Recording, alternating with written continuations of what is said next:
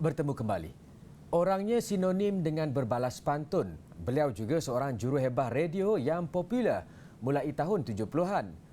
Minggu kedua segmen Sanjungan, wartawan Zarif Zafri Aziz Desa menemui individu tersebut bagi mengembalikan nostalgia penonton Berita TV9 yang merindui suaranya.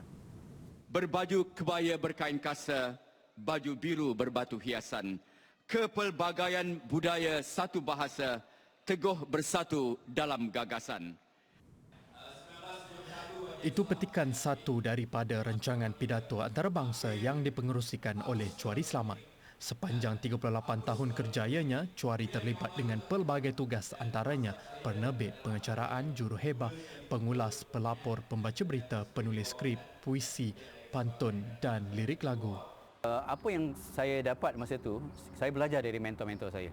Contohnya, kalau berkaitan dengan penerbitan rancangan berat, ya, kemudian pengurusan program dan sebagainya, saya banyak belajar dengan Puan Yong Rafidah, Yong Rafidah Yaakob.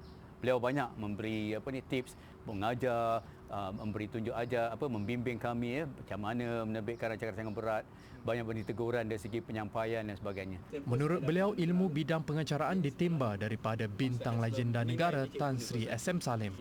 Allahyarham juga memberi peluang pertama kepadanya sebagai pengacara pentas hiburan dan mempengerusikan acara berbalas pantun.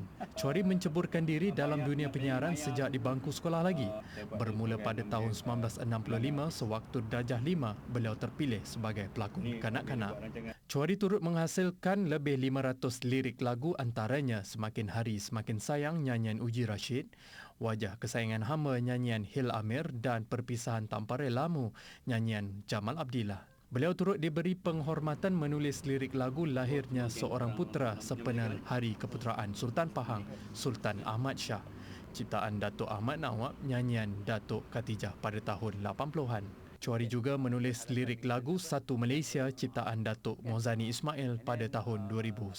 Saya berasa puaslah kerana penglibatan saya bukan hanya sebagai seorang penyiar, tetapi hari ini saya dapat berkongsi dengan ramai penerbit-penerbit generasi muda, ya. Ini satu kepuasan. Saya ingat saya dah sampai maksimum lah. Tapi alhamdulillah, insya-Allah selagi saya diperlukan, saya akan berkongsi lah.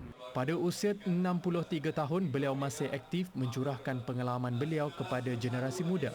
Sering diundang oleh Institut Penyiaran Tun Abdul Razak Ibtar sebagai penceramah untuk kursus berkaitan dengan penerbitan radio dan penyampaian, juga kursus etiket sosial dan protokol majlis kepada kaki tangan kerajaan dan swasta.